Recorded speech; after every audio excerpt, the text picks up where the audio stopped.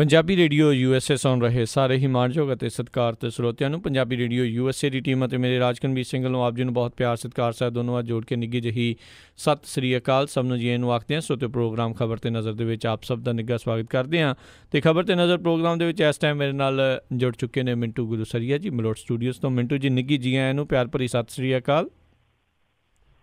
ਸ਼ੁਕਰੀਆ ਜੀ, ਸਾਰਿਆਂ ਨੂੰ ਸਤਿ ਸ਼੍ਰੀ ਅਕਾਲ। ਸਾਡੇ ਅੱਜ ਦੇ ਪ੍ਰੋਗਰਾਮ ਖਬਰ ਤੇ ਨਜ਼ਰ ਉਸ ਨੂੰ ਸਪੋਂਸਰ ਕਰਦੇ ਨੇ ਖਾਲਸਾ ਇੰਸ਼ੋਰੈਂਸ ਏਜੰਸੀ ਵਾਲੇ, ਜਿਨ੍ਹਾਂ ਦੇ ਕੋਲੋਂ ਤੁਸੀਂ ਹਰ ਇੱਕ ਤਰੀਕੇ ਦੀ ਇੰਸ਼ੋਰੈਂਸ ਕਰਵਾ ਸਕਦੇ ਹੋ। ਇੰਸ਼ੋਰੈਂਸ ਬਾਰੇ ਪਤਾ ਕਰਨ ਲਈ ਕਾਲ ਕਰੋ ਨੰਬਰ 408-272-2500 ਦੇ ਉੱਤੇ। ਇਸ ਦੇ ਨਾਲ ਕ੍ਰਿਸ਼ਨ ਧਨੋਤਾ ਜੀ ਯੂਬਾ ਸਿਟੀ ਤੋਂ, ਅਮਰਜੀਤ ਸਿੰਘ ਦਸਾਂਝ ਯੂਬਾ ਸਿਟੀ ਤੋਂ, ਗੁਰਵਿੰਦਰ ਸਿੰਘ ਅਵਤਾਰ ਸਿੰਘ ਚਾਂਦੀ ਆਰਨੋ ਐਕਸਪ੍ਰੈਸ ਵਾਲੇ ਕੋਚੈਲਾ ਤੋਂ, ਜੱਸੀ ਗਿੱਲ ਪਲੰਬਿੰਗ ਵਾਲੇ ਲਾਲੀ ਸਿੱਧੂ ਜੀ, ਪ੍ਰੀਤਮ ਸਿੰਘ ਤਲਵਿੰਦਰ ਸਿੰਘ ਗਿੱਲ ਇਹ ਸਾਰੇ ਜਾਣੇ ਬੇਕਰਸਫੀਲਡ ਤੋਂ, ਗੁਰਪਾਲ ਸੋਹਲ ਜੀ ਕਲੋਵਿਸ ਤੋਂ, ਸੁਖਦੇਵ ਸਿੰਘ ਜਟਾਣਾ ਯੂਬਾ ਸਿਟੀ ਤੋਂ। ਇਹਨਾਂ ਸਾਰਿਆਂ ਦਾ ਬਹੁਤ ਬਹੁਤ ਧੰਨਵਾਦ। ਜੇਕਰ ਤੁਸੀਂ ਜਾਂ ਕੋਈ ਹੋਰ ਕਾਰੋਬਾਰ ਇਸ ਪ੍ਰੋਗਰਾਮ ਨੂੰ ਸਪੋਂਸਰ ਕਰਨਾ ਚਾਹੁੰਦੇ ਹੋ, ਸੰਪਰਕ ਕਰੋ ਨੰਬਰ 408-722-7698 ਦੇ ਉੱਤੇ। ਮਿੰਟੂ ਗੁਲੂਸਰੀਆ ਜੀ, ਗੱਲਬਾਤ ਦਾ ਸਿਲਸਿਲਾ ਸ਼ੁਰੂ ਕਰਦੇ ਹਾਂ। ਬਾਲ ਤਰਾਸਦੀ ਦੇ ਦਰਮਿਆਨ ਯੋਗੀ ਨੇ ਕਿਹਾ ਵਿਆਪਕ ਪੱਧਰ 'ਤੇ ਮਨਾਓ ਜਨਮ ਅਸ਼ਟਮੀ। ਦੇਖੋ, ਇੱਕ ਪਾਸੇ ਯੋਗੀ ਆਦਿੱਤਿਆਨਾਥ ਜਿਹੜਾ ਕਿ ਉੱਥੋਂ ਦਾ ਮੁੱਖ ਮੰਤਰੀ ਹੈ, ਉਹ ਤੇ ਇਹ ਗੱਲ ਕਹਿੰਦਾ ਪਿਆ ਕਿ ਜਨਮ ਅਸ਼ਟਮੀ ਧੂਮਧਾਮ ਨਾਲ ਮਨਾਓ। ਔਰ ਦੂਜੇ ਪਾਸੇ ਇੱਕ ਬੜਾ ਸ਼ਾਇਰ ਹੈ ਵੱਡਾ ਭਾਰਤ ਦੇ ਵਿੱਚ, ਗੁਲਜ਼ਾਰ ਜੀ, ਉਹ ਇਹ ਕਹਿੰਦਾ ਕਿ ਫੂਲ ਦੇਖੇ थे जनाजों पर अक्सर मैंने कल गोरखपुर में फूलों का जनाजा देखा। दो अलग अलग दृष्टिकोण है। ਹੁਣ ਦੇਖੋ, ਯੋਗੀ ਆਦਿੱਤਿਆਨਾਥ ਦੇ ਰਾਜ ਦੇ ਵਿੱਚ ਜੋ ਉੱਥੇ ਤਰਾਸਦੀ ਵਾਪਰੀ, ਉਹ ਐਸੀ ਤਰਾਸਦੀ ਆ ਕਿ ਦੇਖੋ ਉਹਦੇ ਵਿੱਚ ਜਿੰਨੇ ਬੱਚੇ ਮਰੇ ਆ 16-17 ਏਦਾਂ ਦੇ ਬੱਚੇ ਆ ਜਿਨ੍ਹਾਂ ਦਾ ਨਾਂ ਹੀ ਨਹੀਂ ਸੀ ਰੱਖਿਆ ਹਾਲੇ ਵਾਪਿਆ ਜੀ। ਉਹਨਾਂ ਦਾ ਨਾਮ ਹੀ ਹੈ ਨਹੀਂ ਸੰਸਾਰ ਦੇ ਵਿੱਚ, ਉਹਨਾਂ ਦਾ ਕੋਈ ਨਾਮ ਹੀ ਨਹੀਂ। ਹੁਣ ਦੂਜੇ ਪਾਸੇ ਇੱਕ ਪਾਸੇ ਤੇ ਹੁਣ ਉਹਨਾਂ ਦੇ ਵਿਰਲਾਪ ਹੈ ਮਾਪਿਆਂ ਦੇ, ਦੂਸਰੇ ਪਾਸੇ ਇਹ ਇਹੋ ਜਿਹੀਆਂ ਗੱਲਾਂ ਕਰ ਕਰਕੇ ਖੇਡਾਉਂਦੇ ਪਏ ਆ। RSS ਵਾਲੇ ਵੀ ਆਪਣੇ ਸਮਾਗਮ ਹੈ ਜਿਹੜੇ ਉਹਨਾਂ 2 ਦਿਨ ਵੀ ਨਹੀਂ ਟਾਲੇ, ਉਹ ਵੀ ਉਸੇ ਤਰ੍ਹਾਂ ਹੀ ਕਰਦੇ ਪਏ ਆ। ਇਹ ਚੰਗਾ ਨਹੀਂ ਜਾਪਦਾ। ਪਹਿਲੀ ਗੱਲ ਤੇ ਇਹ ਆ ਕਿ ਯੋਗੀ ਆਦਿੱਤਿਆਨਾਥ ਨੇ ਹੁਣ ਤੱਕ ਜੋ ਉਹਦਾ ਫਰਜ਼ ਬਣਦਾ ਸੀ ਫਰਜ਼ ਨਹੀਂ ਨਿਭਾਇਆ। ਫਰਜ਼ ਉਹਦਾ ਕੀ ਬਣਦਾ ਸੀ ਕਿ ਸਾਰੀਆਂ ਚੀਜ਼ਾਂ ਨੂੰ, ਸਾਰੀਆਂ ਸੱਚਾਈਆਂ ਨੂੰ ਸਵੀਕਾਰ ਕਰਦਾ, ਅੱਗੇ ਤੋਂ ਲੋਕਾਂ ਨੂੰ ਭਰੋਸਾ ਦਿੰਦਾ, ਔਰ ਜਿਨ੍ਹਾਂ ਲੋਕਾਂ ਦੇ ਘਰ ਜਿਹੜੇ ਆ ਉਹਨਾਂ ਲਈ ਕੁਛ ਨਾ ਕੁਛ ਖਾਸ ਕਰਦਾ। ਕਿਸੇ ਪਾਸੇ ਵੀ ਕੁਛ ਨਹੀਂ ਕੀਤਾ। ਕਿਹਾ ਕਿ ਹਾਲਾਂਕਿ ਦੇਖੋ ਉਹਨਾਂ ਦਾ ਪ੍ਰਸ਼ਾਸਨ ਆਪੇ ਹੀ ਰਿਪੋਰਟ ਬਣਾ ਕੇ ਪੇਸ਼ ਕਰਦਾ ਪਿਆ ਇਹਨਾਂ ਦੇ ਸਿਹਤ ਵਿਭਾਗ ਨੂੰ ਕਿ ਬੱਚਿਆਂ ਦੀ ਜਿਹੜੀ ਮੌਤ ਹੋਈ ਹੈ ਉਹ ਆਕਸੀਜਨ ਸਪਲਾਈ ਤੱਕ ਹੋਣ ਕਰਕੇ ਹੋਈ ਹੈ। ਯੋਗੀ ਆਦਿੱਤਿਆਨਾਥ ਉਹ ਜਦੋਂ ਵੀ ਪ੍ਰੈਸ ਕਾਨਫਰੰਸ ਕਰਦਾ, ਪ੍ਰੈਸ ਕਾਨਫਰੰਸ ਕੀਤੀਆਂ, ਉਹ ਜੀਵ ਵਿਗਿਆਨ ਪੜ੍ਹਾਉਣ ਲੱਗ ਪੈਂਦਾ ਲੋਕਾਂ ਨੂੰ ਕਿ ਜੀ ਦਿਮਾਗੀ ਬੁਖਾਰ ਆ, ਦਿਮਾਗੀ ਬੁਖਾਰ ਤੁਹਾਨੂੰ ਮੈਂ ਦੱਸਾਂ ਕਿਉਂ ਚੜ੍ਹਦਾ, ਕਿ ਜਿੱਥੇ ਸਫਾਈ ਨਾ ਹੋਵੇ ਉੱਥੇ ਜ਼ਿਆਦਾ ਚੜ੍ਹਦਾ। 5 ਵਾਰੀਆਂ ਦਾ ਗੋਰਖਪੁਰ ਦਾ ਮੈਂਬਰ ਪਾਰਲੀਮੈਂਟ ਆ, ਦੇਖੋ ਸਫਾਈ ਵੀ ਹੋਈ, ਹਾਲੇ ਤੱਕ ਸਿਰਫ ਸਫਾਈ ਵੀ ਹੋਈ। ਇੱਦਾਂ ਦੀਆਂ ਗੱਲਾਂ ਕਰਦੇ ਉਹ ਇਸ ਚੀਜ਼ ਨੂੰ ਹਾਲੇ ਤੱਕ ਪੜ੍ਹਦੇ ਹੋਏ ਰੱਖਣਾ ਚਾਹੀਦਾ ਕਿ ਇਸ ਤਰਾਸਦੀ ਦਾ ਇੱਕ ਮੈਂ ਕਹਾਂਗਾ ਕਿ ਪ੍ਰਸ਼ਾਸਕੀ ਨਰ ਸਮਝਾਤਾ ਅਸਲ ਕਰਾਸੀ ਹੈ।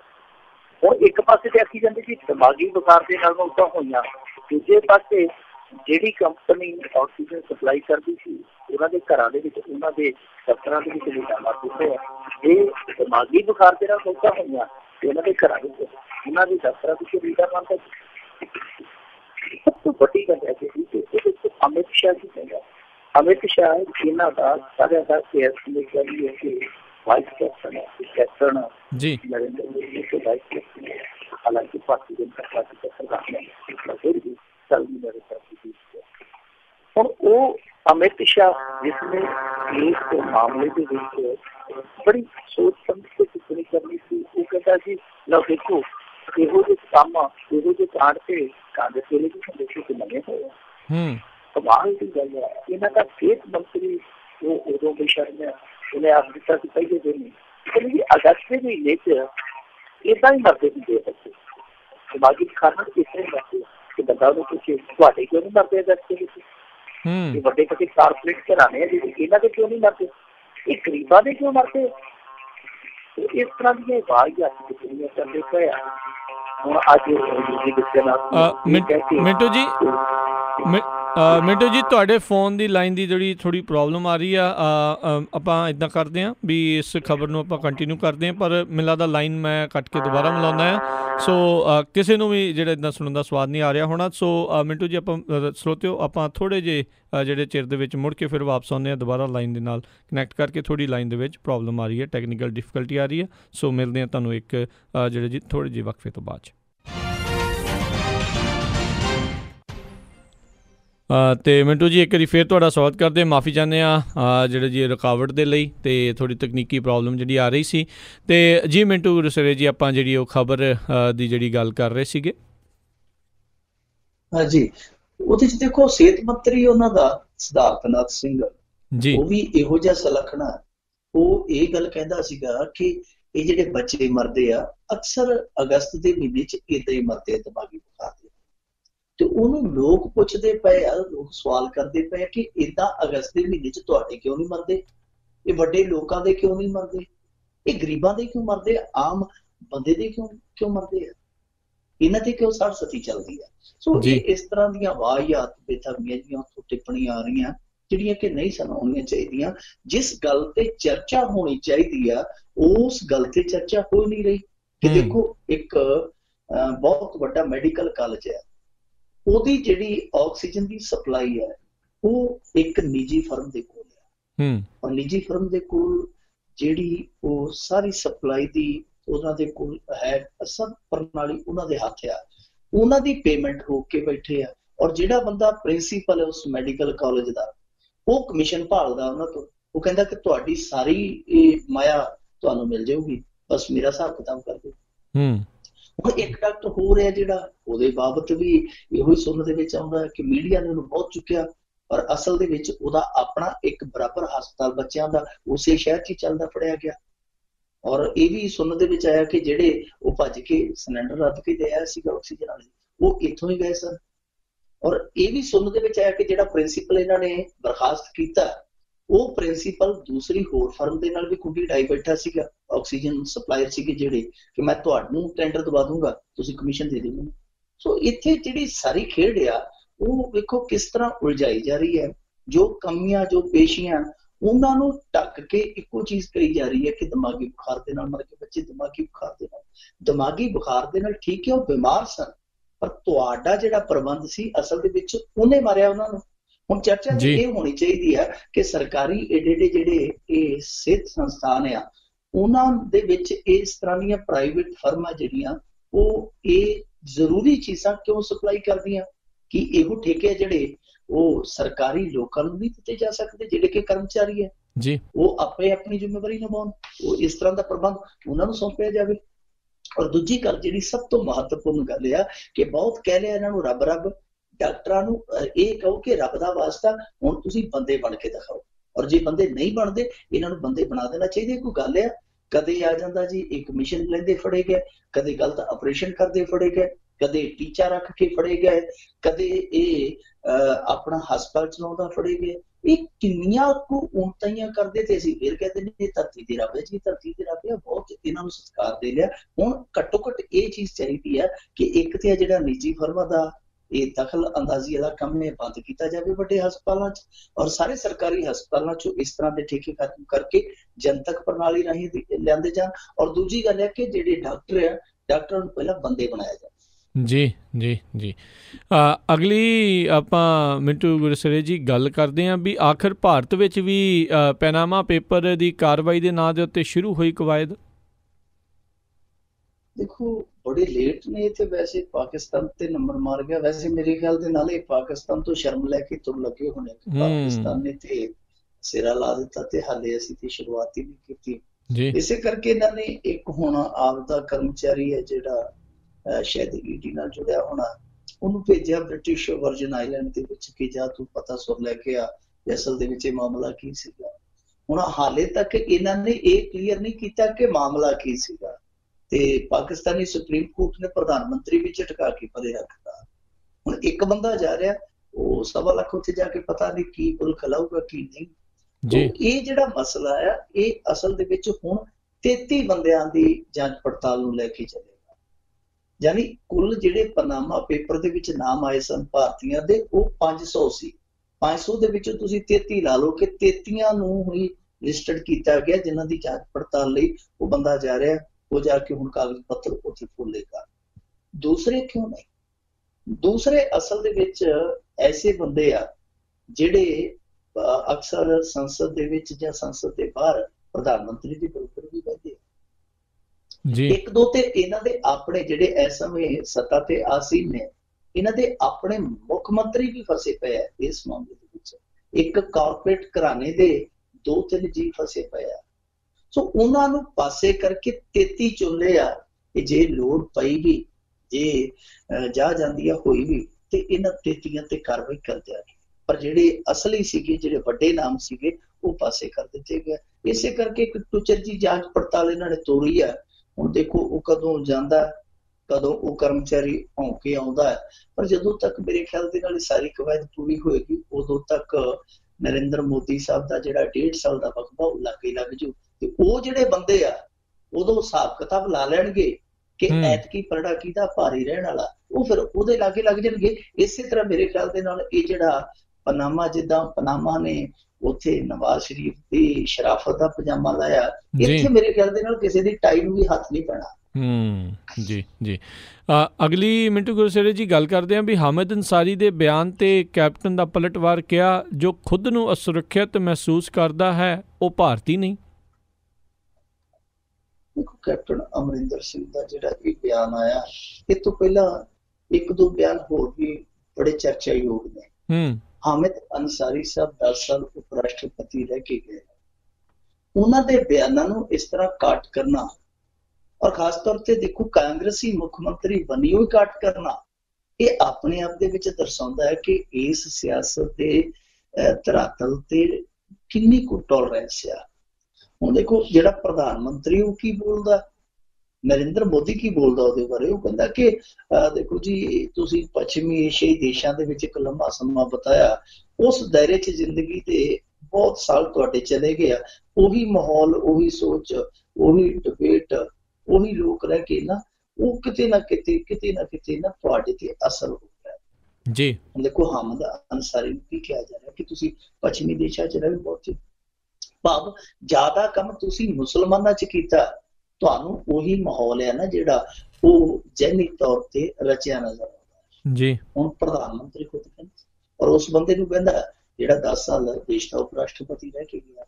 ਇਹਨਾਂ ਦਾ ਇੱਕ ਹੋਰ RSS ਦਾ ਨੇਤਾ ਇੰਦਰੇਸ਼ ਕੁਮਾਰ, ਜਿਹੜਾ ਅਕਸਰ ਸੁਝਾਅ ਦਿੰਦਾ ਕਿ ਏਦਾਂ ਕਰੋ ਕਿ ਜਾ ਕੇ ਭਾਰਤ ਚਾਈਨਾ ਬਾਰਡਰ ਤੇ ਜਾਪ ਕਰੋ, ਮੰਤਰ ਮਾਰੋ, ਤੇ ਜਿਹੜੀ ਪੋਜ਼ਿਟਿਵ ਐਨਰਜੀ ਉਹ ਸਾਡੇ ਵੱਲ ਆ ਜਾਊ, ਜਿਹੜੀ ਨੈਗੇਟਿਵ ਐਨਰਜੀ ਆ ਉਧਰ ਚਲੇ ਜਾਊ।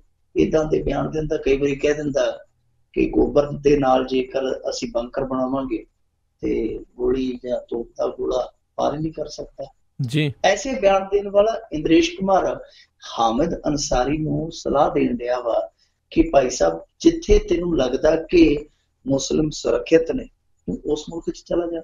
ਦੇਖੋ, ਇੱਕ ਉਪ ਰਾਸ਼ਟਰਪਤੀ ਜਿਹੜਾ 3 ਦਿਨ ਪਹਿਲਾਂ ਉਪ ਰਾਸ਼ਟਰਪਤੀ ਸੀ, ਹੁਣ ਸਾਬਕਾ, ਉਹਦੇ ਪ੍ਰਤੀ ਕਿਸ ਤਰ੍ਹਾਂ ਦੀ ਸ਼ਬਦਾਵਲੀ ਵਰਤੀ ਜਾ ਰਹੀ ਕਿ ਤੂੰ ਆਪਣਾ ਜੁੱਲੀ ਬਿਸਤਰਾ ਬੰਨ ਕਿਸੇ ਹੋਰ ਮੁਲਕ ਨੂੰ ਚਲੇ ਜਾ। ਫਿਰ ਰਹਿੰਦੀ ਕਿੰਨੀ ਕਸਰ ਅੱਜ ਜਿਹੜੀ ਸੀਗੀ ਉਹ ਕੈਪਟਨ ਅਮਰਿੰਦਰ ਸਿੰਘ ਨੇ ਪੂਰੀ ਕਰ ਦਿੱਤੀ। ਕੈਪਟਨ ਅਮਰਿੰਦਰ ਸਿੰਘ ਉਸ ਕਾਂਗਰਸ ਨਾਲ ਸੰਬੰਧਿਤ ਹੈ ਜਿਸ ਨੇ ਹਾਮਿਦ ਅੰਸਾਰੀ ਨੂੰ ਰਾਸ਼ਟਰਪਤੀ ਬਣਾਇਆ ਸੀ 2 ਵਾਰੀ। ਉਸੇ ਕਾਂਗਰਸ ਦਾ ਮੁੱਖ ਮੰਤਰੀ ਉੱਠ ਕੇ ਕਹਿਣ ਡਿਆ, ਕਹਿੰਦਾ ਜੀ ਕਿ ਜੇ ਕੋਈ ਸੁਰੱਖਿਅਤ ਨਹੀਂ ਹੈ ਤੇ ਉਹ ਭਾਰਤੀ ਹੀ ਨਹੀਂ ਗਾ, ਮਤਲਬ ਕਿ ਉਹ ਇੰਡੀਅਨ ਹੀ ਨਹੀਂ। ਜੇ ਕੋਈ ਆਪਣੇ ਆਪ ਨੂੰ ਇੱਥੇ ਸੁਰੱਖਿਅਤ ਮਹਿਸੂਸ ਨਹੀਂ ਕਰਦਾ ਤੇ ਉਹ ਇੰਡੀਅਨ ਹੀ ਨਹੀਂ। ਕਹਿੰਦਾ ਜੀ ਪੰਜਾਬ ਦੇ ਵਿੱਚ ਇਹੋ ਜਿਹਾ ਮਾਹੌਲ ਨਹੀਂ, ਤੇ ਨਾ ਹੀ ਕੋਈ ਪੂਰੇ ਭਾਰਤ ਦੇ ਵਿੱਚ ਇਸ ਤਰ੍ਹਾਂ ਦਾ ਮਾਹੌਲ ਹੈ। ਹੁਣ ਤੁਸੀਂ ਆਪ ਹੀ ਹਿਸਾਬ ਕਿਤਾਬ ਲਾ ਲਓ ਕਿ ਇਸ ਬਿਆਨ ਦੇ ਕੀ ਮਾਇਨੇ ਆ। ਜਾਂ ਤੇ ਹੁਣ ਕੈਪਟਨ ਅਮਰਿੰਦਰ ਸਿੰਘ ਉਹਨਾਂ ਘਟਨਾਵਾਂ ਨੂੰ ਭੁੱਲ ਗਿਆ ਜਿਹੜੀਆਂ ਘਟਨਾਵਾਂ ਪਿੱਛੇ ਜੇ ਵਾਪਰੀਆਂ। ਹੁਣ ਦੇਖੋ, ਜਿਹੜੀਆਂ ਗਊ ਰੱਖਿਆ ਦੇ ਨਾਮ ਤੇ ਘਟਨਾਵਾਂ ਘਟੀਆਂ ਪੂਰੇ ਭਾਰਤ ਦੇ ਵਿੱਚ, ਉਹਦੇ 'ਚ 28-29 ਕਤਲ ਹੋਏ, 24-25 ਜਿਨ੍ਹਾਂ 'ਚੋਂ ਮੁਸਲਮਾਨ ਸਨ। ਉਹਨਾਂ ਘਟਨਾਵਾਂ ਨੂੰ ਭੁੱਲਾ ਦੇਣਾ ਵਿਸਾਰ ਦੇ ਨਾਲ, ਉਹ ਐਸੀਆਂ ਘਟਨਾਵਾਂ ਜਿਨ੍ਹਾਂ ਦੇ ਵਿੱਚ ਘਰੇ ਵੜ ਕੇ ਬੰਦੇ ਜਿਹੜੇ ਮਾਰੇ ਗਏ, ਤੇ ਉਹ ਉੱਥੇ ਉੱਤੋਂ ਇਹ ਗੱਲ ਕਹਿ ਦੇਣੀ ਕਿ ਜੇ ਕੋਈ ਅਸੁਰੱਖਿਅਤ ਮਹਿਸੂਸ ਕਰਦਾ ਹੈ ਤੇ ਉਹ ਭਾਰਤੀ ਹੈ, ਮਤਲਬ ਕਿ ਉਹ ਇਸ ਦੇਸ਼ ਦਾ ਵਸਿੰਦਾ ਹੀ ਨਹੀਂ ਹੈ। ਬੰਦਾ ਪੁੱਛੇ ਕਿ ਜੇ ਤੁਸੀਂ ਸੁਰੱਖਿਅਤ ਆਪਣੇ ਆਪ ਨੂੰ ਇੰਨਾ ਮਹਿਸੂਸ ਕਰਦੇ ਹੋ ਤੇ 500 ਬੰਦਾ ਤੁਸੀਂ ਕਾਹਤੋਂ ਸਿਕਿਉਰਿਟੀ ਵਾਲਾ ਲਈ ਫਿਰਦੇ ਹੋ ਨਾਲ ਜੀ। ਤੁਸੀਂ ਦੂਸਰੇ ਨੂੰ ਤਾਂ ਕਹਿੰਦੇ ਆ ਕਿ ਜੇ ਕੋਈ ਆਪਣੇ ਆਪ ਨੂੰ ਅਸੁਰੱਖਿਅਤ ਮਹਿਸੂਸ ਕਰਦਾ ਉਹ ਭਾਰਤੀ ਨਹੀਂ, ਤੇ ਤੁਸੀਂ ਜੇ ਆਪਣੇ ਆਪ ਨੂੰ ਸੁਰੱਖਿਅਤ ਮਹਿਸੂਸ ਕਰਦੇ ਹੋ, ਮਹਿਫੂਜ਼ ਮਹਿਸੂਸ ਕਰਦੇ ਹੋ, ਤੇ ਤੁਸੀਂ ਆ ਧਾੜ ਕਾਹਤੋਂ ਨਾਲ ਰੱਖੀ ਹੋਈ। ਸੋ ਅੰਸਾਰੀ ਸਾਹਿਬ ਨੇ ਜੋ ਕਿਹਾ, ਜੋ ਕੀਤਾ, ਜੋ ਗੱਲ ਉਹਨਾਂ ਨੇ ਆਪਣੇ ਮਨ ਦੀ ਕਹੀ ਆ, ਉਹਦੇ ਚ ਮੇਰੇ ਖਿਆਲ ਦੇ ਨਾਲ ਕੁਛ ਨਹੀਂ ਕਿਹਾ। ਅਸਲ ਦੇ ਵਿੱਚ ਕੀ ਆ ਕਿ ਦੇਖੋ ਉਹਦੀ ਗੱਲ ਇੱਕ ਸੁਣੀ ਗਈ ਆ, ਅਗਲੀ ਗੱਲ ਨਹੀਂ ਸੁਣੀ ਗਈ। ਹਾਮਦ ਅੰਸਾਰੀ ਨੇ ਗੱਲ ਕਹੀ ਸੀ, ਉਹਨੇ ਆਖਿਆ ਕਿ ਦੇਖੋ ਮੁਸਲਮਾਨਾਂ ਦੇ ਮਨਾਂ ਚ ਇਸ ਸਮੇਂ ਬੇਚੈਨੀ, ਪਰ ਅੱਗੇ ਜਾ ਕੇ ਉਹਨੇ ਇਹ ਗੱਲ ਕਹੀ ਕਿ ਘੱਟ ਗਿਣਤੀਆਂ ਦੇ ਮਨ ਚ ਬੇਚੈਨੀ ਤੇ ਅਸੁਰੱਖਿਆ ਦੀ ਭਾਵਨਾ, ਪਰ ਨਾਲੇ ਕਿਹਾ ਕਿ ਉਹਨਾਂ ਦਾ ਵੀ ਇਸ ਦੇਸ਼ ਪ੍ਰਤੀ ਕੋਈ ਨਾ ਕੋਈ ਫਰਜ਼ ਆ। ਹੁਣ ਉਹ ਗੱਲ ਤੇ ਛੱਡ ਦਿੱਤੀ, ਉਹ ਮੋਹਰਲੀ ਗੱਲ ਚੱਕ ਲਈ। ਉਹ ਜਿਵੇਂ ਦੁੱਲਾ ਭੱਟੀ ਨੂੰ ਕਾਜੀ ਨੇ ਪੜਾਉਂਦਿਆਂ ਆਖਿਆ ਸੀਗਾ ਕਿ ਜੇ ਨਾ ਬਣਾਉਣਾ ਹੋਵੇ ਤੇ ਐਸਾ ਕੰਮ ਕਰੋ ਜਿਹੜਾ ਕਿਸੇ ਨੇ ਕੀਤਾ ਹੀ ਨਾ ਹੋਵੇ, ਤੇ ਉਹਨੇ ਚੁੱਕ ਕੇ ਦੁੱਲੇ ਨੇ ਉਹਨੂੰ ਧੌਣ ਪਰ ਨੇ ਮਾਰਿਆ, ਉੱਠ ਕੇ ਤੇ ਭੱਜ ਗਿਆ। ਤੇ ਫਿਰ ਕਾਜੀ ਨੇ ਨਾਲ ਦੇ ਮੁੰਡੇ ਭੇਜੇ ਕਿ ਲਿਆਓ ਫੜ ਕੇ। ਉਹਨੂੰ ਜਦੋਂ ਫੜ ਕੇ ਲੈਂਦਾ ਉਹ ਡਰ ਕੇ ਆਇਆ, ਤੇ ਮੈਂ ਕਿਹਾ ਮੈਂ ਤੈਨੂੰ ਕੁਛ ਨਹੀਂ ਕਹਿਣਾ, ਮੈਂ ਤਾਂ ਤੈਨੂੰ ਸਿਰਫ ਇਹ ਆਖਣਾ ਸੀ ਕਿ ਤੂੰ ਅਗਲੀ ਤੇ ਗੱਲ ਮੇਰੀ ਸੁਣੀ ਹੋਈ ਨਹੀਂ, ਮੈਨੇ ਚੁੱਕ ਕੇ ਢਾਹ ਦਿੱਤਿਆ। ਮੈਂ ਤੇ ਇਹ ਗੱਲ ਕਹੀ ਸੀਗੀ ਵੀ ਐਸਾ ਕੰਮ ਕਰੋ ਜਿਹੜਾ ਕਿਸੇ ਨੇ ਨਾ ਕੀਤਾ ਹੋਵੇ, ਪਰ ਐਸਾ ਕਰੋ ਜਿਹਦੇ ਚ ਤੁਹਾਡੀ ਸ਼ੋਭਾ ਹੋ। ਅਗਲੀ ਗੱਲ ਤੇ ਇਹਨਾਂ ਨੇ ਸੁਣੀ ਨਹੀਂ, ਉਹ ਚੱਕ ਕੇ ਜਿਹੜੀ ਇੱਕ ਗੱਲ ਆ ਉਸ ਬਾਤ ਦਾ ਬਤੰਗੜ ਬਣਾਤਾ। ਕੈਪਟਨ ਅਮਰਿੰਦਰ ਸਿੰਘ ਨੂੰ ਸ਼ਾਇਦ ਹਾਮਦ ਅੰਸਾਰੀ ਦੀ ਹਿਸਟਰੀ ਦਾ ਨਹੀਂ ਪਤਾ। ਹਾਮਦ ਅੰਸਾਰੀ ਉਸ ਪਰਿਵਾਰ ਚੋਂ ਹੈ ਜਿਨ੍ਹਾਂ ਨੇ ਸ਼ਿਮਲੇ ਦੇ ਦੰਗਿਆਂ ਦੇ ਦੌਰਾਨ, ਜਿੱਥੇ 2 ਹੀ ਪਰਿਵਾਰ ਰਹਿ ਗਏ ਸਨ ਮੁਸਲਮਾਨਾਂ ਦੇ, ਔਰ ਜਿਨ੍ਹਾਂ ਦੇ ਸੱਦੇ ਦੇ ਬਾਵਜੂਦ, ਕਿਉਂਕਿ ਇਹਦੇ ਪਿਤਾ ਬਹੁਤ ਵੱਡੇ ਅਫਸਰ ਸਨ, ਜਿਨ੍ਹਾਂ ਦੇ ਸੱਦੇ ਤੋਂ ਬਾਅਦ ਵੀ ਇਹਨਾਂ ਨੇ ਕਿਹਾ ਸੀ ਨਹੀਂ ਅਸੀਂ ਭਾਰਤ ਚ ਜੰਮੇ, ਅਸੀਂ ਭਾਰਤ ਚ ਹੀ ਰਹਿਣਾ। ਉਹਨਾਂ ਦੀ ਹਿਸਟਰੀ ਸ਼ਾਇਦ ਇਹਨਾਂ ਨੇ ਫੋੜੀ ਨਹੀਂ ਕਿ ਇਹ ਉਹੀ ਸ਼ਖਸ ਆ ਜਦੋਂ ਬਾਬਰੀ ਮਸਜਿਦ ਢਹਿ ਗਈ ਸੀ ਤੇ UN ਦੇ ਵਿੱਚ ਜਾ ਕੇ ਇੰਡੀਆ ਘਿਰ ਗਿਆ ਸੀ। ਹਾਮਦ ਅੰਸਾਰੀ ਨੇ ਉੱਥੇ ਜਾ ਕੇ ਐਸਾ ਪੱਖ ਰੱਖਿਆ ਸੀ ਕਿ ਸ਼ੱਕੇ ਛੁਡਾ ਦਿੱਤੇ ਸੀ। ਸੋ ਥੋੜਾ ਬਹੁਤ ਕੈਪਟਨ ਅਮਰਿੰਦਰ ਸਿੰਘ ਨੂੰ ਸੋਚਣਾ ਚਾਹੀਦਾ ਸੀ, ਪਰ ਅੱਜ ਕੱਲ ਉਹ ਬਹੁਤ ਜ਼ਿਆਦਾ ਅਗਾਂਹ ਦੀ ਸੋਚਦੇ ਆ। ਥੋੜੀ ਬਹੁਤ ਜਿਹੜੀ ਇਹੋ ਜਿਹੇ ਮਾਮਲੇ ਚ ਸੋਚਦੀ ਉਹ ਅੱਜ ਕੱਲ ਘੱਟ ਹੀ ਵਰਤਦੇ ਆ। ਜੀ। ਅਗਲੀ ਮਿੰਟੂ ਗੁਰਸਰੇ ਜੀ ਗੱਲ ਕਰਦੇ ਆ। ASI ਨੂੰ ਚੌਂਕੀ ਵਿੱਚ ਔਰਤ ਨਾਲ ਪਿੰਡ ਵਾਸੀਆਂ ਨੇ ਫੜਿਆ, ਬੁਰੀ ਤਰ੍ਹਾਂ ਕੁੱਟਿਆ। ਦੇਖੋ ਇਹ ASI ਸੀਗਾ ਜਿਹੜਾ ਇਹ ਚੌਂਕੀ ਦੇ ਵਿੱਚ ਹੀ ਫੜਿਆ ਗਿਆ ਤਰਾਜ਼ਯੋਗ ਹਾਲਤ ਦੇ ਵਿੱਚ। ਜੀ ਦੱਸਦੇ ਇਹ ਸੀਗਾ ਕਿ ਚੌਂਕੀ ਦੇ ਵਿੱਚ ਹੀ ਇਹਨੇ ਇਸ ਤਰ੍ਹਾਂ ਦਾ ਮਾਹੌਲ ਬਣਾਇਆ ਹੋਇਆ ਸੀਗਾ। ਲੋਕ ਬਹੁਤ ਤੰਗ ਸਨ। ਨਿਗਾਹ ਰੱਖੀ ਪਿੰਡ ਵਾਲਿਆਂ ਨੇ ਨਿਗਾਹ ਰੱਖੀ, ਔਰ ਜਦੋਂ ਇਹ ਵੇਖਿਆ ਕਿ ਕੋਈ ਔਰਤ ਹੈ ਜਿਹੜੀ ਉਹ ਇਹਦੇ ਆ ਗਈ ਆ ਕੁਆਟਰ ਦੇ ਵਿੱਚ, ਫਿਰ ਉਹ ਸਾਰੇ ਪਿੰਡ ਨੇ ਇਕੱਠੇ ਹੋ ਕੇ ਇਹਨੂੰ ਫੜ ਲਿਆ। ਇਹ ਘਟਨਾ ਪੱਟੀ ਦੇ ਲਾਗੇ ਪਿੰਡ ਹੈ ਸਭਰਾ, ਬਹੁਤ ਮਸ਼ਹੂਰ ਆ। ਸੋ ਸਭਰਾ ਪਿੰਡ ਦੀ ਘਟਨਾ, ਉਹਨਾਂ ਨੇ ਫਿਰ ਇਹਨੂੰ ਬਹੁਤ ਕੁੱਟਿਆ, ਨਾਲੇ ਤੇ ਵੀਡੀਓ ਬਣਾਈ ਹੈ ASI ਦੀ, ਨਾਲੇ ਉਹਨਾਂ ਨੇ ਫਿਰ ਗੁੱਸਾ ਜਿਹੜਾ ਆਪਣਾ ਉਹ ਵੀ ਲਾਇਆ। ਇੱਕ ਦੇ ਵਿੱਚ ਧੌਲ ਤੱਪਾ ਕਰਦਾ ਇਹ ਵੀ ਕਹਿੰਦਾ ਕਿ ਗਾਲਾਂ ਕੱਢ ਕੇ ਉਦੋਂ ਇੱਕ ਤਰਫੇ ਪਰਚੇ ਦਰਜ ਕਰਦਾ ਸੀ, ਹੁਣ ਦੱਸ ਇਸ ਤਰ੍ਹਾਂ ਕਰਕੇ ਲੋਕਾਂ ਨੇ ਬਹੁਤ ਕੁੱਟਿਆ, ਔਰ ਜਿਹੜੀ ਉਹ ਵੀਡੀਓ ਸੀ ਵਾਇਰਲ ਹੋ ਗਈ। ਉਸ ਤੋਂ ਬਾਅਦ ਇਸ ASI ਨੂੰ ਉੱਥੇ ਮੌਕੇ ਤੇ ਪਹੁੰਚ ਕੇ ਉੱਚ ਅਧਿਕਾਰੀਆਂ ਨੇ ਹਿਰਾਸਤ ਚ ਲੈ ਲਿਆ। ਦੱਸਦੇ ਆ ਕਿ ਦੇਰ ਸ਼ਾਮ ਉਹਨੂੰ ਜ਼ਮਾਨਤ ਮਿਲ ਗਈ ਹੈ। ਦੂਜੇ ਪਾਸੇ ਜਿਹੜੀ ਬੀਬੀ ਸੀਗੀ ਉਹਨੂੰ ਵੀ ਹਿਰਾਸਤ ਚ ਲੈ ਲਿਆ। ਮੇਰੇ ਖਿਆਲ ਦੇ ਨਾਲ ਉਹਦੇ ਤੇ ਮੁਕੱਦਮਾ ਦਰਜ ਨਹੀਂ ਕੀਤਾ, ਪਰ ਬਹੁਤ ਬਦਨਾਮੀ ਕਰਾਈ ਇਸ ਥਾਣੇਦਾਰ ਨੇ ਪੁਲਿਸ ਦੀ।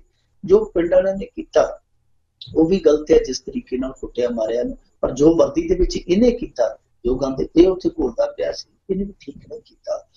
ਹੁਣ ਦੇਖੋ ਤੁਸੀਂ ਪੰਜਾਬ ਪੁਲਿਸ ਦਾ ਅਕਸ ਕਿਸ ਤਰ੍ਹਾਂ ਪ੍ਰਭਾਵਿਤ ਹੁੰਦਾ। ਕਿਤੇ ਤੇ ਕੋਈ ਨਸ਼ਾ ਵੇਚਦਾ ਫੜਿਆ ਜਾਂਦਾ, ਕਿਤੇ ਕੋਈ ਸ਼ਰਾਬ ਪੀ ਕੇ ਡਿੱਗਿਆ ਪਿਆ, ਕਿਤੇ ਕੋਈ ਇਸ ਤਰ੍ਹਾਂ ਦੀਆਂ ਰੰਗਾਂ ਮਨਾਉਂਦਾ ਫੜਿਆ ਜਾਂਦਾ।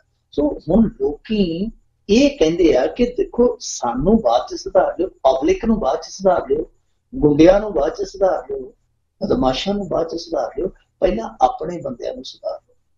ਔਰ ਇਹਨਾਂ ਦੇ ਐਸੇ ਵਿਗੜੇ ਲਾ ਲਿਆ ਕਿ ਕੋਈ ਚੌਂਕੀ ਚ ਇਸ ਤਰ੍ਹਾਂ ਦੀਆਂ ਹਰਕਤਾਂ ਕਰਦਾ ਤੇ ਕੋਈ ਚੌਂਕੀ ਦੇ ਵਿੱਚ ਭੁੱਖੀ ਦੀ ਬੋਰੀ ਰੱਖ ਕੇ ਤਕੜੀ ਵੱਟਾ ਹੀ ਰੱਖ ਲੈਂਦਾ।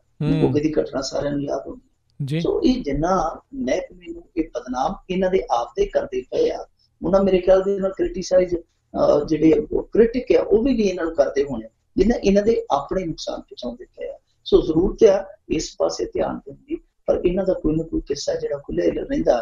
ਹੁਣ ਸਲਵਿੰਦਰ ਸਿੰਘ ਦੀ ਕਹਾਣੀ ਵੀ ਤੁਰ ਪਈ ਆ। ਦੱਸਦੇ ਆ ਕਿ ਸਲਵਿੰਦਰ ਸਿੰਘ ਦੀ ਬਰਖਾਸਤਗੀ ਹੈ ਜਿਹੜੀ ਤੈਅ ਆ। ਕੈਪਟਨ ਅਮਰਿੰਦਰ ਸਿੰਘ ਕਹਿੰਦਾ ਕਿ ਬਦਨਾਮੀ ਦਾ ਟੋਕਰਾ ਸਿਰ ਚੁੱਕਿਆ ਨਹੀਂ ਜਾਣਾ, ਇਹਨੂੰ ਜਬਰੀ ਸੇਵਾ ਮੁਕਤ ਕਰ ਦਿਓ।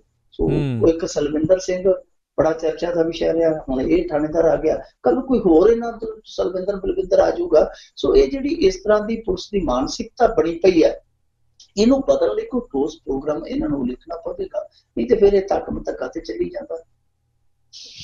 ਜੀ ਜੀ ਮਿੰਟੂ ਗੁਰੂ ਸਰ ਜੀ, ਅਗਲੀ ਜਿਹੜੀ ਖਬਰ ਦੇ ਵੱਲ ਜੇ ਨਜ਼ਰ ਮਾਰੀਏ, ਵਿੱਕੀ ਗੌਂਡਰ ਤੇ ਉਹਦੇ ਸਾਥੀ ਠਹਿਰਦੇ ਰਹੇ MLA ਹੋਸਟਲ ਵਿੱਚ, ਕਾਂਗਰਸ ਨੇ ਕਿਹਾ ਕਰਵਾਵਾਂਗੇ ਜਾਂਚ। ਦੇਖੋ ਸੁਨੀਲ ਜਾਖੜ ਨੇ ਗੱਲ ਕਹੀ ਆ ਅਸੀਂ ਜਾਂਚ ਪੜਤਾਲ ਕਰਾਵਾਂਗੇ, ਪਰ ਇਹ ਜਾਂਚ ਪੜਤਾਲ ਪੂਰੀ ਕਿਸ ਗੱਲ ਦੀ ਕਰਦੇ? ਹਰੇਕ ਤੇ ਕਹਿੰਦੇ ਕਿ ਜਾਂਚ ਕਰਾਵਾਂਗੇ ਕਰਾਵਾਂਗੇ ਕਰਾਵਾਂਗੇ, ਐਲਾਨ ਹੀ ਕਰਦੇ ਆ, ਜਾਂਚ ਨਹੀਂ ਕਰਦੇ। ਲੋਕੀ ਕਹਿੰਦੇ ਆ ਕਿ ਕੋਈ ਜਾਂਚ ਐਸੀ ਵੀ ਕਰੋ ਜਿਹੜੀ ਪੂਰੀ ਹੋ ਜਾਵੇ। ਤੁਸੀਂ ਐਲਾਨ ਕਰ ਦਿੰਦੇ ਹੋ ਜਾਂ ਵੱਧ ਤੋਂ ਵੱਧ ਕਹਿ ਦਿੰਦੇ ਹੋ ਕਿ ਜਾਂਚ ਸ਼ੁਰੂ ਹੋ ਗਈ ਆ, ਉਹ ਜਾਂਚ ਨੂੰ ਐਂਡ ਤੱਕ ਤੁਸੀਂ ਲਿਜਾਂਦੇ। ਸਭ ਤੋਂ ਵੱਡਾ ਸਵਾਲ ਹੈ, ਔਰ ਸਭ ਤੋਂ ਵੱਡਾ ਇਸ ਤੋਂ ਇੱਕ ਹੋਰ ਸਵਾਲ ਵੀ ਹੈ ਕਿ ਕੀ ਜਿਹੜੇ ਗਰੋਹਬਾਜ਼ ਆ ਉਹ MLA ਹੋਸਟਲ ਦੇ ਵਿੱਚ ਖੜਦੇ ਰਹੇ ਆ, ਉੱਥੇ ਬੈਠਦੇ ਰਹੇ, ਉੱਥੇ ਜਾਂਦੇ ਰਹੇ, ਉੱਥੇ ਵਿਚਰਦੇ ਰਹੇ? ਜੇ ਉਹ ਜਾਂਦੇ ਰਹੇ ਵਿਚਰਦੇ ਰਹੇ, ਜਿੱਦਾਂ ਕਿ ਹੁਣ ਜਾਖੜ ਸਾਹਿਬ ਨੇ ਆਪ ਹੀ ਕਿਹਾ ਪ੍ਰੈਸ ਕਾਨਫਰੰਸ ਦੇ ਵਿੱਚ ਕਿਹਾ ਕਿ ਅਸੀਂ ਜਾਂਚ ਪੜਤਾਲ ਕਰਵਾਵਾਂਗੇ, ਸਾਡੇ ਕੋਲ ਇਹ ਖੁਲਾਸਾ ਪਹੁੰਚ ਚੁੱਕਾ, ਤਾਂ ਫਿਰ ਇਹਦਾ ਮਤਲਬ ਇਹ ਹੈ ਕਿ ਜੇ ਉਹਨਾਂ ਨੂੰ ਉੱਥੋਂ ਤੱਕ ਕੋਈ ਲਿਜਾਂਦਾ ਸੀ ਤੇ ਉਹ ਕੋਈ ਹੋਰ ਤੇ ਹੋ ਨਹੀਂ ਸਕਦਾ, ਜਾਂ ਤੇ ਕੋਈ ਸਿਆਸਤਦਾਨ ਸੀ ਤੇ ਜਾਂ ਕੋਈ ਸਿਆਸਤਦਾਨਾਂ ਦਾ ਬਹੁਤ ਕਾਸਮ ਖਾਸ ਸੀ। ਇਹ ਜਾਂਚ ਪੜਤਾਲ ਹੋਣੀ ਚਾਹੀਦੀ ਹੈ, ਕਿਉਂਕਿ ਇੱਥੇ ਲੋਕ ਇਹਨਾਂ ਦੀਆਂ ਆਪ ਹੁਦਰੀਆਂ ਦਾ ਸ਼ਿਕਾਰ ਹੁੰਦੇ ਆ। ਲੋਕਾਂ ਦੇ ਘਰਾਂ 'ਚ 70 ਵਿਛਾਏ ਪਏ ਆ ਤੇ ਇਹ ਉਹਨਾਂ ਨੂੰ MLA ਹੋਸਟਲ ਦੇ ਵਿੱਚ ਠਹਿਰਾਣ, ਇਹ ਤੇ ਬਹੁਤ ਜ਼ਿਆਦਾ ਵੱਡਾ ਧੋਖਾ ਹੈ ਲੋਕਾਂ ਦੇ ਨਾਲ। ਹੁਣ ਇੱਕ ਚੀਜ਼ ਜਿਹੜੀ ਸਾਹਮਣੇ ਨਿਕਲ ਕੇ ਆਉਂਦੀ ਪਈ ਹੈ ਕਿ ਇਹ ਮਸਲਾ ਕਿੱਥੋਂ ਸ਼ੁਰੂ ਹੋਇਆ। ਉਹ ਮਸਲਾ ਇੱਥੋਂ ਸ਼ੁਰੂ ਹੋਇਆ ਕਿ ਗੁਰਦਾਸਪੁਰ ਦੇ ਵਿੱਚ ਵਿੱਕੀ ਗੌਂਡਰ ਰਿਹਾ, ਨਾਭਾ ਜੇਲ੍ਹ ਬ੍ਰੇਕ ਤੋਂ ਬਾਅਦ ਉਹ ਬਹੁਤ ਲੰਮਾ ਸਮਾਂ ਉੱਥੇ ਉਹਨੇ ਬਤਾਇਆ ਹੋਇਆ ਕਿ ਉੱਥੇ 2-3 ਮਰਡਰ ਕਰ ਦਿੱਤੇ ਇਹਨਾਂ ਨੇ ਪੈਂਦੀ ਸੱਟੇ। ਉਸ ਤੋਂ ਬਾਅਦ ਫਿਰ ਭੇਤ ਖੁੱਲ ਗਏ। ਇਹਨਾਂ ਦੇ ਜਿਹੜੇ ਰਾਜ਼ਦਾਰ ਸੀ 15-20 ਉਹ ਚੁੱਕ ਲਏ, ਔਰ 15-20 ਜਦੋਂ ਚੁੱਕੇ ਸੀ ਉਹਨਾਂ ਚੋਂ ਸਭ ਤੋਂ ਪਹਿਲਾਂ ਜਿਹੜਾ ਬੰਦਾ ਚੁੱਕਿਆ ਸੀ ਉਹ ਸੀ ਅਕਾਲੀ ਦਲ ਦਾ ਇੱਕ ਸਰਪੰਚ, ਔਰ ਜਿਹੜਾ ਮੰਨਿਆ ਸੀਗਾ ਕਿ ਜਿਹੜੀ ਉਸ ਦਿਨ ਨਾਭਾ ਫਰਾਰੀ ਕਾਂਡ ਦੇ ਵਿੱਚ ਕਾਰ ਵਰਤੀ ਗਈ ਉਹ ਅਸੀਂ ਖੋਹ ਕੇ ਵਰਤੀ ਸੀ। ਉਦੋਂ ਸ਼ੱਕ ਥੋੜਾ ਜਿਹਾ ਹੋਇਆ ਸੀਗਾ। ਉਸ ਤੋਂ ਬਾਅਦ 15-20 ਹੋਰ ਮੁੰਡੇ ਫੜੇ ਗਏ, ਜਿਨ੍ਹਾਂ ਦੇ ਵਿੱਚੋਂ 2 ਨੇ ਇਸ ਗੱਲ ਦਾ ਖੁਲਾਸਾ ਕਰ ਦਿੱਤਾ ਕਿ ਵਿੱਕੀ ਗੌਂਡਰ ਨੂੰ ਤੁਸੀਂ ਤੇ ਇੱਧਰ ਉੱਧਰ ਲੱਭਦੇ ਫਿਰਦੇ ਸੀ, ਉਹ ਤੇ ਉਹਦੇ ਸਾਥੀ ਤੇ MLA ਹੋਸਟਲ 'ਚ ਵੀ ਠਹਿਰਦੇ ਰਹੇ। ਸੋ ਇਹ ਜਾਂਚ ਪੜਤਾਲ ਦੇ ਵਿੱਚ ਜਦੋਂ ਗੱਲ ਸਾਹਮਣੇ ਆਈ ਫਿਰ ਭੁਚਾਲ ਆ ਗਿਆ। ਹਾਲਾਂਕਿ ਦੇਖੋ ਦੂਜੀਆਂ ਪਾਰਟੀਆਂ ਨੇ ਤੇ ਬੋਲਣਾ ਕੀ ਹੈ, ਹੁਣ ਰਹਿ ਗਈ ਕਾਂਗਰਸ ਤੇ ਆਮ ਆਦਮੀ ਪਾਰਟੀ। ਕਾਂਗਰਸ ਕਿਉਂਕਿ ਬਾਅਦ ਦੇ ਵਿੱਚ ਸੱਤਾ 'ਚ ਆਈ ਹੈ, ਇਹ ਜੋ ਸ਼ਾਇਦ ਹੋ ਸਕਦਾ ਜੋ ਵਾਪਰਿਆ ਉਹ ਪਿਛਲੀ ਸਰਕਾਰ ਵੇਲੇ ਵਾਪਰਿਆ ਹੋਵੇ। ਆਮ ਆਦਮੀ ਪਾਰਟੀ ਨੇ ਹਾਲੇ ਤੱਕ ਇਸ ਮੁੱਦੇ ਤੇ ਕੋਈ ਪ੍ਰਤੀਕਰਮ ਨਹੀਂ ਦਿੱਤਾ, ਪਰ ਜਾਖੜ ਸਾਹਿਬ ਨੇ ਇਹ ਭਰੋਸਾ ਜ਼ਰੂਰ ਦੇ ਦਿੱਤਾ ਕਿ ਅਸੀਂ ਜਾਂਚ ਪੜਤਾਲ ਕਰਵਾਵਾਂਗੇ। ਪਰ ਹੁਣ ਇਹ ਤੋਂ ਵੀ ਅਗਲੀਆਂ ਗੱਲਾਂ ਜਿਹੜੀਆਂ ਉਹ ਨਿਕਲ ਕੇ ਸਾਹਮਣੇ ਆਉਂਦੀਆਂ ਰਹੀਆਂ। ਆਪ ਗੁਰਦਾਸਪੁਰ ਤੋਂ ਹੀ ਪਿੱਛੇ ਜੇ ਖਬਰ ਆਈ ਸੀਗੀ ਕਿ ਇੱਕ ਗਰੋਹਬਾਜ਼ ਨੇ 5 ਵਾਰੀ ਅਸਲਾ ਰਿਵਿਊ ਕਰਾ ਲਿਆ, ਔਰ ਅਸਲੇ ਤੇ ਉਹਦੀ ਸਿਰਫ ਫੋਟੋ ਸੀ, ਬਾਕੀ ਸਾਰਾ ਬਾਇਓਡਾਟਾ ਉਹਦੇ ਭਰਾ ਦਾ ਸੀਗਾ, ਕਿਸੇ ਨੇ ਦੇਖੇ ਨਹੀਂ। ਤੇ ਦੱਸਦੇ ਆ ਉਹਦੀ ਵੀ ਸਿਫਾਰਿਸ਼ ਇੱਕ ਲੀਡਰ ਨੇ ਕੀਤੀ ਸੀ। ਫਿਰੋਜ਼ਪੁਰ ਦੇ ਵਿੱਚ ਇੱਕ ਕਤਲ ਕਾਂਡ 'ਚ ਭਗੌੜਾ ਗਰੋਹਬਾਜ਼ ਅਸਲਾ ਲਾਇਸੈਂਸ ਬਣਾ ਕੇ ਲੈ ਗਿਆ, ਔਰ ਉਹਦੀ ਸਿਫਾਰਿਸ਼ ਸਾਬਕਾ ਵਿਧਾਇਕ ਨੇ ਕੀਤੀ ਸੀ ਉਸ ਇਲਾਕੇ ਦੀ। ਇਹ ਸਾਰਾ ਕੁਝ ਜੋ ਨਿਕਲ ਕੇ ਸਾਹਮਣੇ ਆਉਂਦਾ ਪਿਆ ਉਹਦੇ ਸੰਕੇਤ ਪ੍ਰਤੱਖ ਤੌਰ ਤੇ ਦੇਈ ਜਾਂਦਾ ਕਿ ਇਹ ਜਿਹੜੇ ਗੈਂਗਸਟਰ, ਇਹ ਗਰੋਹਬਾਜ਼ ਆ, ਇਹ ਕਿਸੇ ਮੀਂਹ ਦੀ ਜਾਂ ਹਨੇਰੀ ਦੀ ਪੈਦਾਇਸ਼ ਨਹੀਂ, ਇਹ ਇਸਥੋਂ ਦੇ ਸਿਆਸਤਦਾਨਾਂ ਦੀ ਹੀ ਪੈਦਾਇਸ਼ ਹੈ। ਔਰ ਜਿਨ੍ਹਾਂ ਨੇ ਇਹ ਬੂਟਾ ਕਹਿ ਲਈਏ ਜਾਂ ਕਿੱਕਰ ਕਹਿ ਲਈਏ ਪੰਜਾਬ ਦੇ ਵਿਹੜੇ 'ਚ ਜਿਹੜੀ ਲਾਈ ਆ, ਉਹਦੀਆਂ 16 ਆਮ ਬੰਦੇ ਦੇ ਪੈਰਾਂ 'ਚ ਵੱਜਣ ਡੀਆਂ। ਪਰ ਜਿਨ੍ਹਾਂ ਨੇ ਇਹ ਰੁੱਖ ਲਾਇਆ ਔਰ ਪਾਣੀ ਪਾ ਕੇ ਵੱਡਾ ਕੀਤਾ, ਇਹਨਾਂ ਨੂੰ ਡੰਗਿਆ ਕਰਨ ਲਈ ਹਾਲੇ ਕਹਿੰਦੇ ਜਾਂਚ ਕਰਾਵਾਂਗੇ ਨਹੀਂ, ਜਾਂਚ ਕਰਨੀ ਚਾਹੀਦੀ ਔਰ ਪਤਾ ਲੱਗਣਾ ਚਾਹੀਦਾ ਕਿ ਅਸਲ ਦੇ ਵਿੱਚ ਇਸ ਬੂਟੇ ਨੂੰ ਪਾਣੀ ਪਾਇਆ ਕਿਹੜੇ ਲੋਕਾਂ ਨੇ। ਜੀ ਅਗਲੀ ਮਿੰਟੂ ਗੁਰੂ ਸਰ ਜੀ ਗੱਲ ਕਰਦੇ ਵੀ ਪਾਵਰਕਾਮ ਲਈ ਔਖਾ ਹੋ ਗਿਆ ਹੈ ਸਰਕਾਰੀ ਵਿਭਾਗਾਂ ਤੋਂ ਮੋਟਾ ਬਕਾਇਆ ਉਗਰਾਉਣਾ। ਦੇਖੋ ਪਾਵਰਕਾਮ ਜਿਹੜਾ ਹੈ ਉਹਨੇ ਗਲਾਸ ਚੱਕਿਆ ਸੀਗਾ 4 ਕੁ ਦਿਨ, ਪਾਸੇ ਹਟ ਜਾ ਬੜੀ ਹਨੇਰੀ ਠਾਈ। ਉਸ ਤੋਂ ਬਾਅਦ ਕੈਪਟਨ ਅਮਰਿੰਦਰ ਸਿੰਘ ਜਦੋਂ ਸੱਤਾ 'ਚ ਆਇਆ ਨਾਲ ਦੀ ਨਾਲ ਕਿਹਾ, ਕਹਿੰਦਾ ਜੀ ਰੱਖ ਦਿਓ ਗਲਾਸ। ਇਹਨਾਂ ਨੇ ਬੀਬੇ ਪੁੱਤ ਬਣ ਕੇ ਰੱਖ ਕੇ ਗਲਾਸ ਕਿਹਾ ਲਿਆਓ ਜੀ, ਫਿਰ ਹੁਕਮ ਦਿੱਤਾ ਬੇਦਾਰ ਬਣ ਗਏ। ਔਰ ਲੋਕਾਂ ਨੂੰ ਉਮੀਦ ਇਹੋ ਹੀ ਸੀ ਲੋਕਾਂ ਨੂੰ ਉਮੀਦ ਇਹੋ ਸੀ ਕਿ ਜਦੋਂ ਵੀ ਸਰਕਾਰ ਆ ਗਈ ਤੇ ਤੁਸੀਂ ਉਦੋਂ ਕੁਛ ਬਣਾ ਲਓ। ਹੁਣ ਜੀ। ਤੁਸੀਂ ਬਹੁਤ ਭੁਗਤਦੇ ਉਹੀ ਕੁਝ ਹੋਇਆ। ਹੁਣ ਦੇਖੋ ਆਮ ਬੰਦੇ ਦੇ ਘਰ ਦੇ ਵਿੱਚ ਛਾਪੇ ਮਾਰਦੇ ਆ, ਬਿਜਲੀ ਚੋਰੀ ਵੀ ਫੜਦੇ ਆ। ਜਿਹੜੇ ਡਿਫਾਲਟਰ ਆ, ਔਰ ਖਾਸ ਤੌਰ ਤੇ ਲੰਬੀ ਦੇ ਡਿਫਾਲਟਰਾਂ ਨੂੰ ਤੇ ਐ ਮਿਲੇ ਆ ਜਿਵੇਂ ਘੜੇ ਨੂੰ ਵੱਟਾ ਮਿਲਦਾ। ਇਹਨਾਂ ਨੇ ਚੁਣ ਚੁਣ ਕੇ ਬੰਦੇ ਆ ਜਿਹੜੇ ਉਹ ਲਿਸਟਡ ਕੀਤੇ, ਉਹਨਾਂ ਨੂੰ ਕਿਹਾ ਕਿ ਇੰਨੇ ਚਿਰ ਚ ਬਿੱਲ ਭਰ ਦੇ ਤੇ ਤੁਹਾਨੂੰ ਫਿਰ ਮੋਮਬੱਤੀਆਂ ਚੇਤੇ ਕਰਾ ਦਿਆਂਗੇ ਗੁਜ਼ਰੇ ਜ਼ਮਾਨੇ ਦੀਆਂ। ਔਰ ਲੋਕਾਂ ਨੇ 2-2 ਸਾਲ ਦੇ ਜਿਹੜੇ ਬਿੱਲ ਨਹੀਂ ਸੀ ਭਰੇ, ਪ੍ਰਕਾਸ਼ ਸਿੰਘ ਬਾਦਲ ਦੇ ਚਾਹ ਹੇਠ ਉਹ ਵੀ ਭਰੇ ਤੇ ਹੁਣ ਦੇਖਣ ਆਉਂਦੇ ਆ ਭਰਨੇ ਪੈਣੇ ਸਨ। ਉਹਨਾਂ ਤੋਂ ਭਰਾ ਲਏ ਡਿਫਾਲਟਰਾਂ ਤੋਂ, ਜੁਰਮਾਨੇ ਵੀ ਕੀਤੇ ਜਿਹੜਿਆਂ ਨੇ ਸਿੱਧੀਆਂ ਖੰਭੇ ਤੋਂ ਕੁੜੀਆਂ ਲਈਆਂ ਸੀ। ਪਰ ਅਸਲ ਦੇ ਵਿੱਚ ਜੋ ਬਕਾਇਆ ਜਿਹੜਾ ਬਕਾਇਆ ਠੁੰਮਣਾ ਸਾਬਤ ਹੋ ਸਕਦਾ ਹੈ ਪਾਵਰਕਾਮ ਲਈ, ਕਿਉਂਕਿ ਪਾਵਰਕਾਮ ਡੁੱਬਿਆ ਪਿਆ ਕਰਜ਼ੇ ਹੇਠ। ਉਹ ਜਿੰਨਾ ਪੈਸਾ ਜੋ ਪੈਂਡਿੰਗ ਪਿਆ, ਉਹ ਜਿਹੜਾ ਠੁੰਮਣਾ ਬਣ ਸਕਦਾ ਇਹਨਾਂ ਲਈ, ਉਸ ਪਾਸੇ ਹੁੰਦੇ ਨਹੀਂ ਪਏ। 205 ਕਰੋੜ ਰੁਪਈਆ ਜਿਹੜਾ ਇਹਨਾਂ ਨੇ ਵੱਖ-ਵੱਖ ਦਫ਼ਤਰਾਂ ਤੋਂ, ਵੱਖ-ਵੱਖ ਅਦਾਰਿਆਂ ਤੋਂ ਲੈਣਾ। ਸਭ ਤੋਂ ਜ਼ਿਆਦਾ ਮੇਰੇ ਖਿਆਲ ਦੇ ਨਾਲ 98 ਕਰੋੜ ਰੁਪਈਆ ਪਬਲਿਕ ਹੈਲਥ ਵਾਲਿਆਂ ਤੋਂ ਲੈਣਾ, ਸਿਹਤ ਸੇਵਾਵਾਂ ਵਾਲਿਆਂ, ਲਗਭਗ 1 ਅਰਬ ਰੁਪਈਆ। ਦੂਸਰੇ ਪਾਸੇ ਜੇ ਹੋਰ ਲਾ ਲਈਏ ਆਪਾਂ, ਪੁਲਿਸ ਮਹਿਕਮਾ, ਖੇਡ ਮਹਿਕਮਾ, SDM ਦਫ਼ਤਰ ਨੇ, ਹਸਪਤਾਲ, ਡਿਸਪੈਂਸਰੀਆਂ, ਫੋਰੈਸਟ ਵਾਲੇ, ਸਿੰਜਾਈ ਵਿਭਾਗ ਵਾਲੇ, PWD ਵਾਲੇ, ਕੋਈ ਮਹਿਕਮਾ ਏਦਾਂ ਦਾ ਨਹੀਂ ਜਿਹੜਾ ਬਚਿਆ ਹੋਵੇ ਕਿ ਜਿਹਨੇ ਸਮੇਂ ਸਿਰ ਬਿੱਲ ਤਾਰੇ। ਕੋਈ ਇੱਕਾ ਦੁੱਕਾ ਦਫ਼ਤਰ ਭਾਵੇਂ ਹੋਣ, ਬਾਕੀ ਸਾਰੇ ਮਹਿਕਮੇ ਇਹਨਾਂ ਦੇ ਕਰਜ਼ਾਈ ਹੈ। ਹੁਣ ਇਹ ਉਸ ਪਾਸੇ ਨਹੀਂ ਹੁੰਦੇ ਪਏ। ਨਾ ਸਰਕਾਰ ਨੂੰ ਕਹਿੰਦੇ ਆ ਕਿ ਭਾਈ ਸਾਡੇ ਬਕਾਏ ਆ ਜਿਹੜੇ ਉਹ ਤੁਸੀਂ ਨੱਕੀ ਕਰਾ ਕੇ ਦਿਓ। ਹੁਣ ਇਹਦਾ ਦੇਖੋ ਬੋਝ ਕਿੱਥੇ ਪੈਂਦਾ ਹੈ। ਜੇ ਪਾਵਰਕਾਮ ਘਾਟੇ 'ਚ ਆ ਤੇ ਪਾਵਰਕਾਮ ਦਾ ਜਿਹੜਾ ਘਾਟਾ ਹੈ ਉਹ ਪੈਣਾ ਹੈ ਆ ਕੇ ਲੋਕਾਂ ਦੀ ਜੇਬ ਤੇ।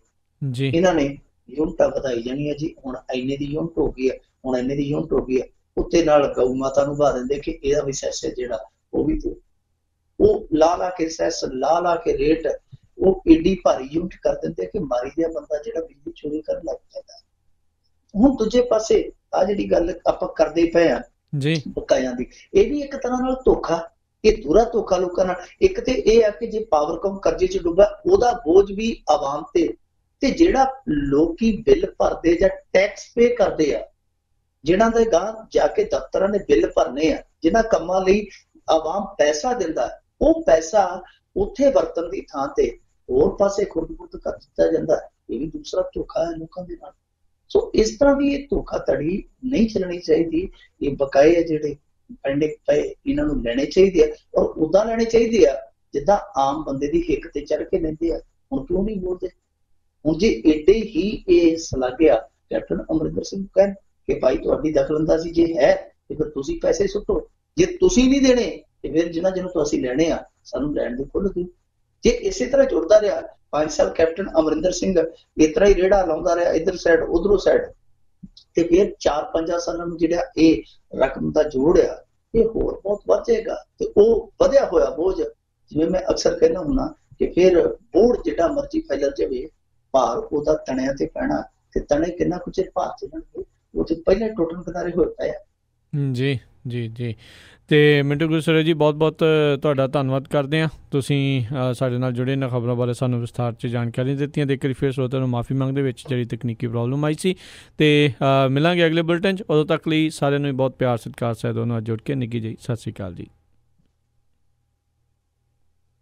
ਤੇ ਸਰੋਤਿਓ, ਇੱਥੇ ਹੀ ਅੱਜ ਦਾ ਪ੍ਰੋਗਰਾਮ ਹੁਣ ਸਮਾਪਤ ਹੈ। ਤੇ ਅਗਲੇ ਬੁਲਟਨ 'ਚ ਮਿਲਾਂਗੇ। ਤੇ ਸਭ ਨੂੰ ਪਿਆਰ ਭਰੀ ਸਤਿ ਸ਼੍ਰੀ ਅਕਾਲ।